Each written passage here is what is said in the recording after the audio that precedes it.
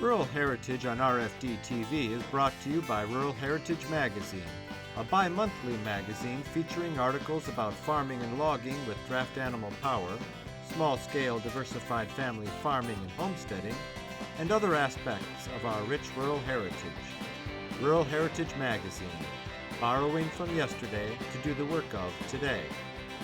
For subscription information, please call 319-362-3027 or order online at www.ruralheritage.com. Hi, I'm Joe Mishka. Welcome to another episode of Rural Heritage TV. John Coley doesn't like to let grass grow under his feet.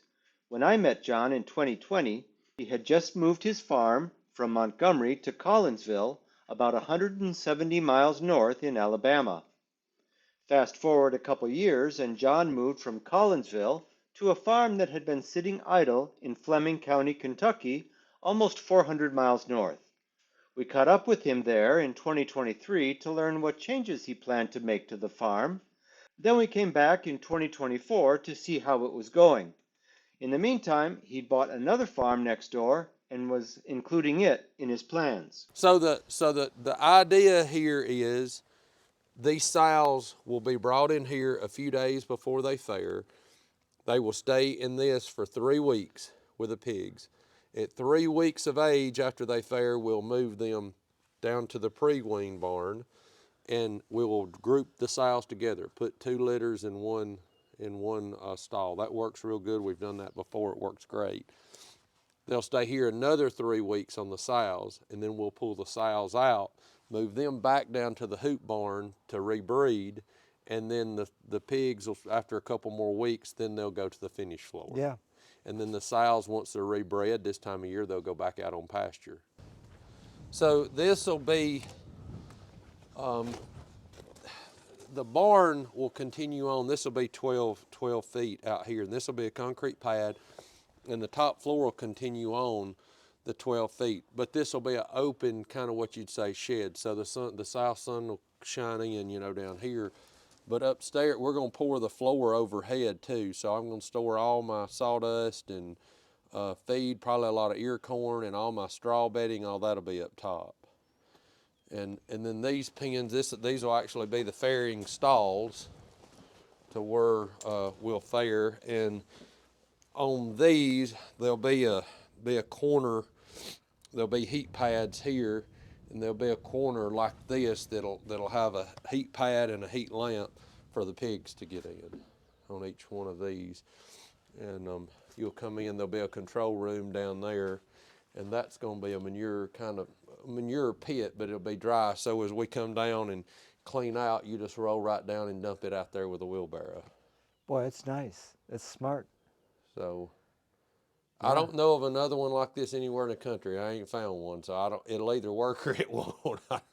It'll be an expensive, bad idea if it don't work, but I think it'll work. So this will be open here? No, there'll be a studded wall. That's okay. But the reason why the concrete don't go on up is I will have exhaust fans. Okay. So in the summertime, if the heat gets up, in here in the summer, yeah. I can exhaust. I can open my ends and draw air in from my ends and exhaust it out. But you will have, because it's a bank barn, it'll be cooler. I don't think I'll have any trouble. I don't think yeah. I'll have to do anything, but I just wanted the insurance of it if I do. Sure. And it is Kentucky. We could have one of those, bad summers, or we could have some 95-degree days and need to turn the fans on. But I don't think we'll have to most of the time.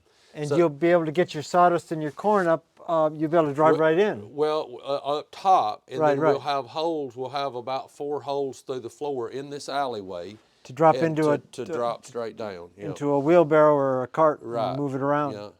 Nice. And come down, and then, we'll have her feed up and have feed chutes, which we'll feed these sows on the outside. They'll be, the automatic waters will be on the outside, and then the feed, we'll just throw her feed on the pad, because it'll have a slope floor where it'll drain that way. Then we'll have a 10-foot manure lane past that 12 feet, and then the back wall of the pre-wean barn will start right there. Okay. So those pens, we'll just scrape those pens about once a week on the outside, because these sows won't go in this barn. I mean, Okay. those sows potty train real easy. So they won't go in here, they'll go out there when we let them out, and then we'll just scrape that, and then just take the loader once a week and push that down to the end and push it right up in the manure pit, see. Nice. So try to keep, you got to keep the labor as minimal as you can, but we also are trying to keep an old-fashioned type operation. So you have your pre-weaning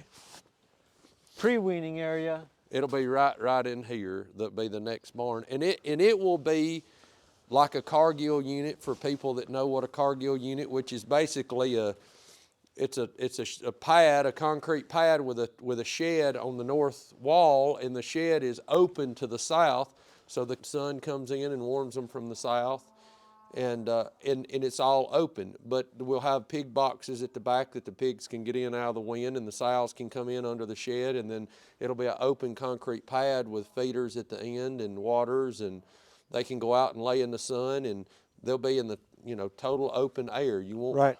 That makes a huge difference in that meat. Huge.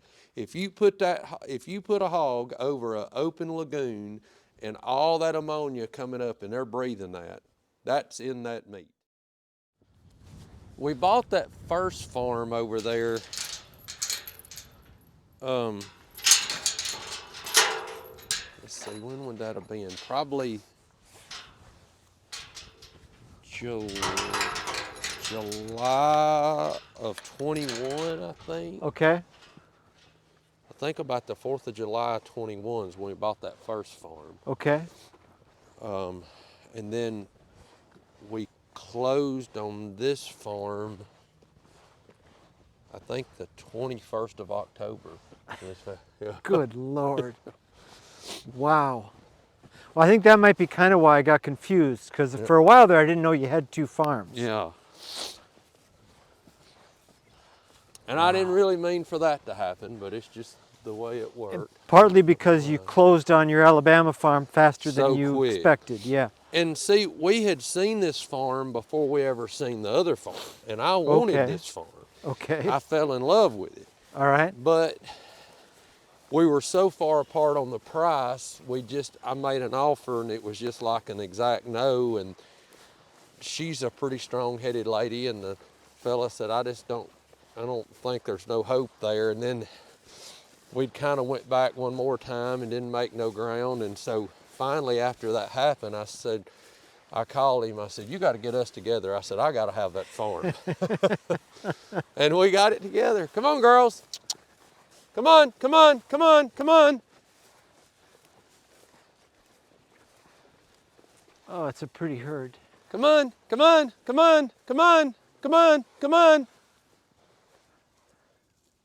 They won't hurt you, but they will waller you. They're gorgeous. Hey, girls.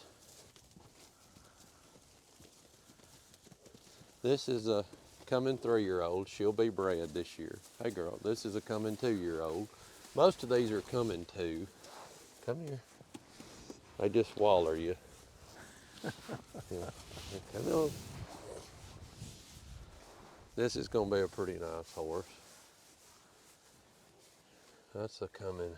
See how that horse is more pulling bred? Yeah, yeah. See how she's shorter and thicker and stockier? Right. See, now this horse has got more hitch to her. See right here. Hey. Yeah.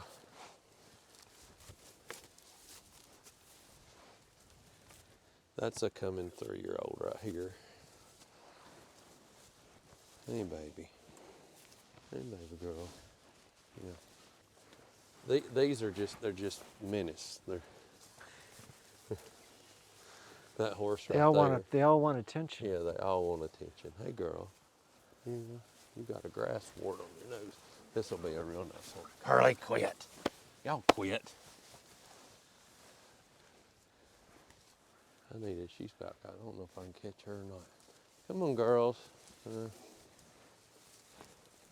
Come on. Come out here with a feed bucket. Hey, baby. Yeah, come on. Hey, baby girls. Come on. Yeah. Hey, baby. Come here. Come on. Yeah. Come on. Come on. Come on. Yeah.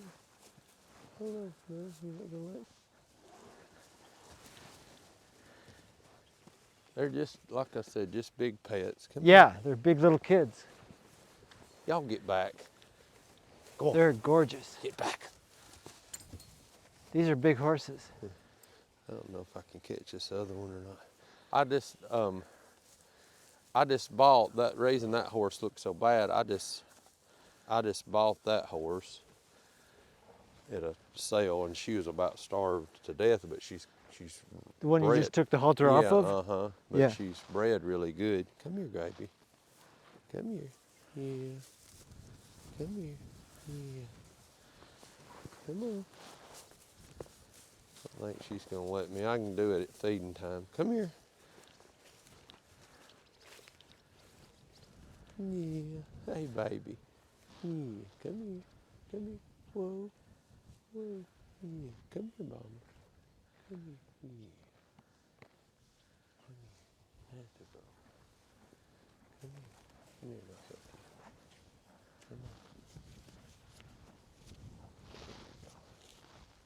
Whoa. Whoa.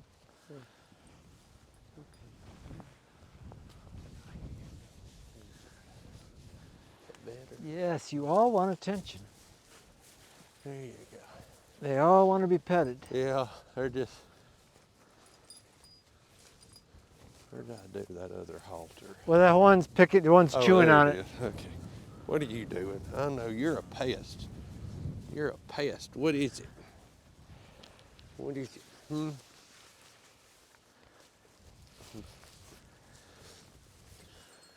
There's going to be some nice mares in that group. It's a terrific little herd. Hey, baby. What is it? Yeah.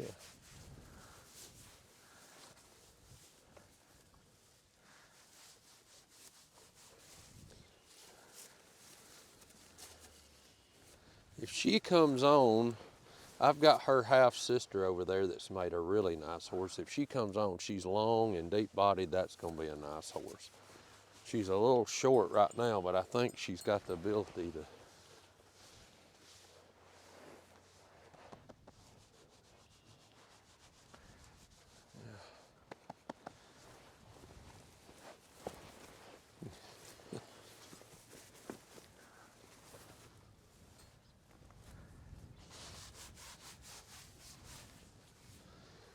So some of these I'll breed, some of them I won't. Like her, I'll give her another year. I'll probably breed this filly right here in June or something.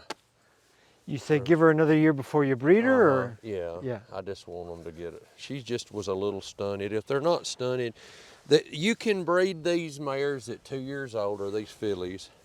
The key though is you got to feed. I mean, like pour the feed. Like I feed them 25 pounds a day once I breed them. Because they're growing 'cause two things. They're growing themselves and the foal. Exactly. Yeah. That's the key. Yeah. And people don't do that, and you get them stunted. But Yeah. you're fine to breed them at 2, but you've got to pour the feed, and that, that's regardless of how good a pasture they're on or what. We still feed them that much. Y'all quit. Go on now. Quit.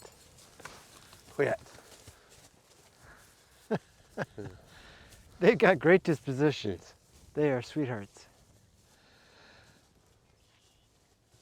They aren't hard to catch. No, they're not. You don't have to chase them into the corner. Yeah.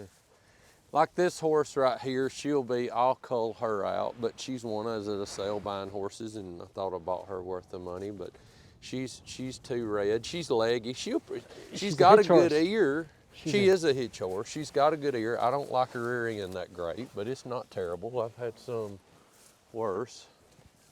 This is gonna make a fantastic horse right here. Yeah. Yep. Yeah. And she's just, just coming a yearling. She's not even a year old yet. Hey. Yeah, they're just pissed. Yes. Yeah.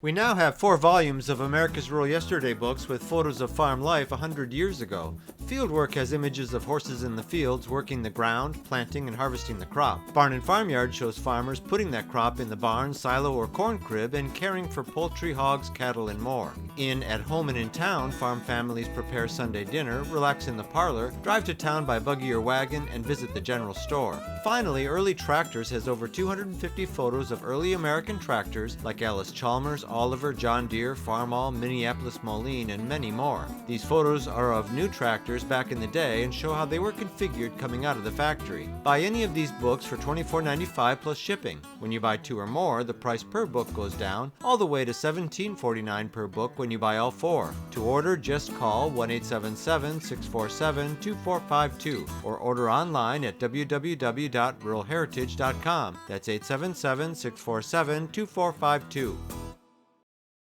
Some of this before, this I'm going to crop. I'm going to actually burn it down and kill it and crop. Because there's, I don't know if you can really tell, but there's not an exact species of grass in here. It's just kind of this, that, or the other. Yeah, it's a salad bar. Yeah, exactly. That's what it is. And, I want to get that a little better under control. I mean, my ideal pasture would be orchard grass, timothy, maybe a little fescue, and then clover.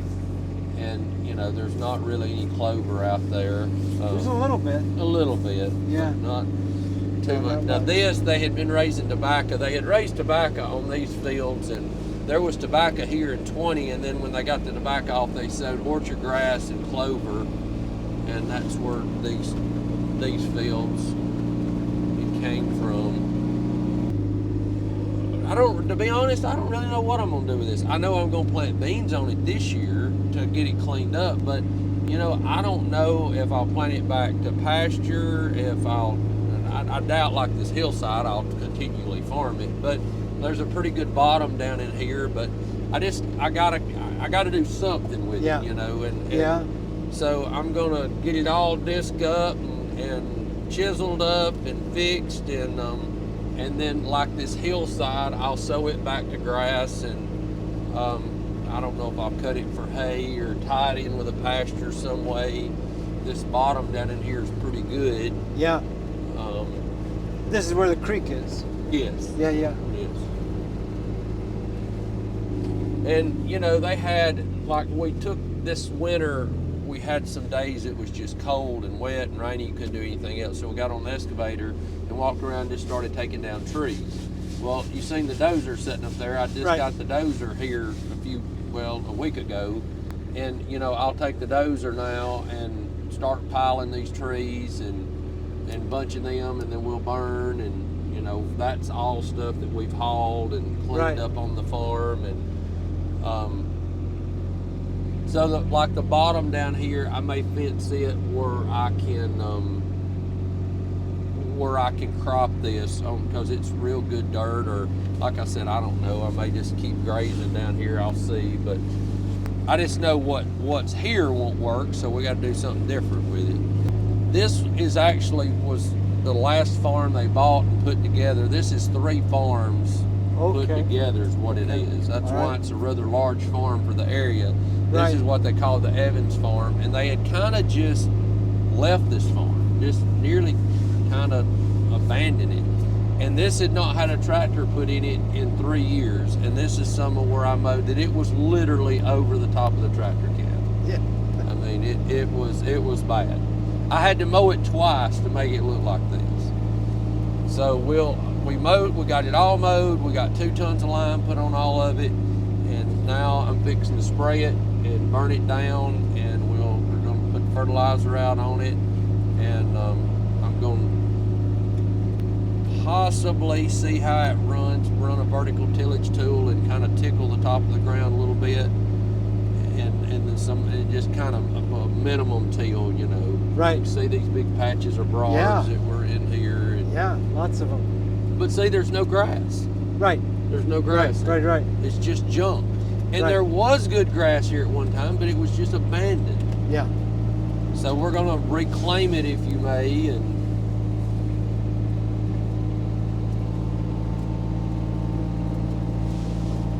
See, this will be real good dirt up on top of this ridge top.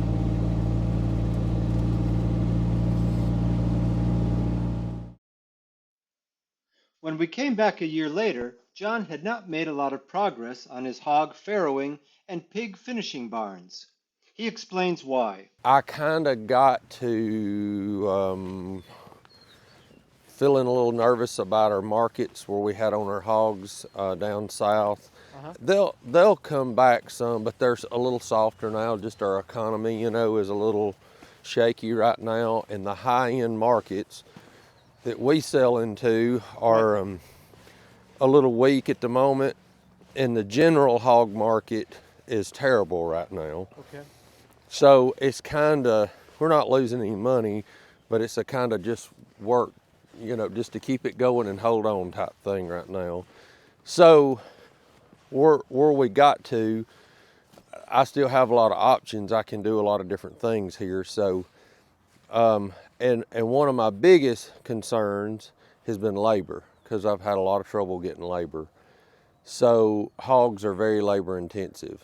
So what I've about decided, I'm gonna do about probably a fourth of the capacity, maybe say a third of the capacity build of what I was gonna do. And I'm still gonna do right here what I started out. But the back half of the barn, I'm gonna change and build it for cattle, to feed cattle in. All right. Because I can feed cattle with a whole lot less labor. Right. And we have a wonderful cattle market here. Last year, John had gotten a lot of work done cleaning up his hillsides and bottoms to get them ready for grazing or some row crops. And he'd put in and harvested a crop of tobacco he was in the process of stripping when we were there. We're hauling from one of the other tobacco barns over here, so we put that on rail wagons, bring it over here. And we had wonderful stripping weather in December and January, but we had no help. So we didn't get hardly any stripped. I mean, me and Jody, when we got done with chores, would come every day. Mr. Gary back here, you'll meet, that lives here. The three of us would strip late of the afternoons, but now we got plenty of help, but see, this ain't stripping weather. We need damp, you know, dreary days, and we're just not getting them. So we were able, we got, we had a little rain on over the weekend, and Friday night into Saturday morning. So we got a bunch down, and then it come into case. We had run out of stuff that was in case. And then we got another little rain there first of the week, and then we got the rest of it down, and so we're covering it, and that'll keep it in case, you know, get it on the ground. And so some of this other, as it dries, we have to put it on a rail wagon and wet it down, and bring it and put plastic over it, and then spray underneath and leave it, and it'll draw that moisture out of the ground and come into case. We've got to make it come into case, you know, because we got to get this done. It's time to get it done and be done with it. So we're kind of having to force it a little bit now, but.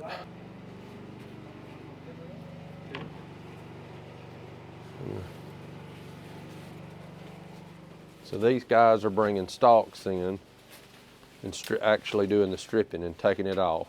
And they take the trash. They'll take, well, that's a bad stalk there, but like they'll take that stalk, and they'll take all these bottom, just old trashy leaves off like that, and jerk them off. And then they get to the upper leaves that might be wrapper stuff, and then they put it over there in a pile, and that goes down to guys that are grading. And this is a very top grade, and see, that's got a little sweat damage. See, that's a pretty good leaf. That's got a lot of cuts in it. Yeah, okay. A lot of cuts. Oh, yeah.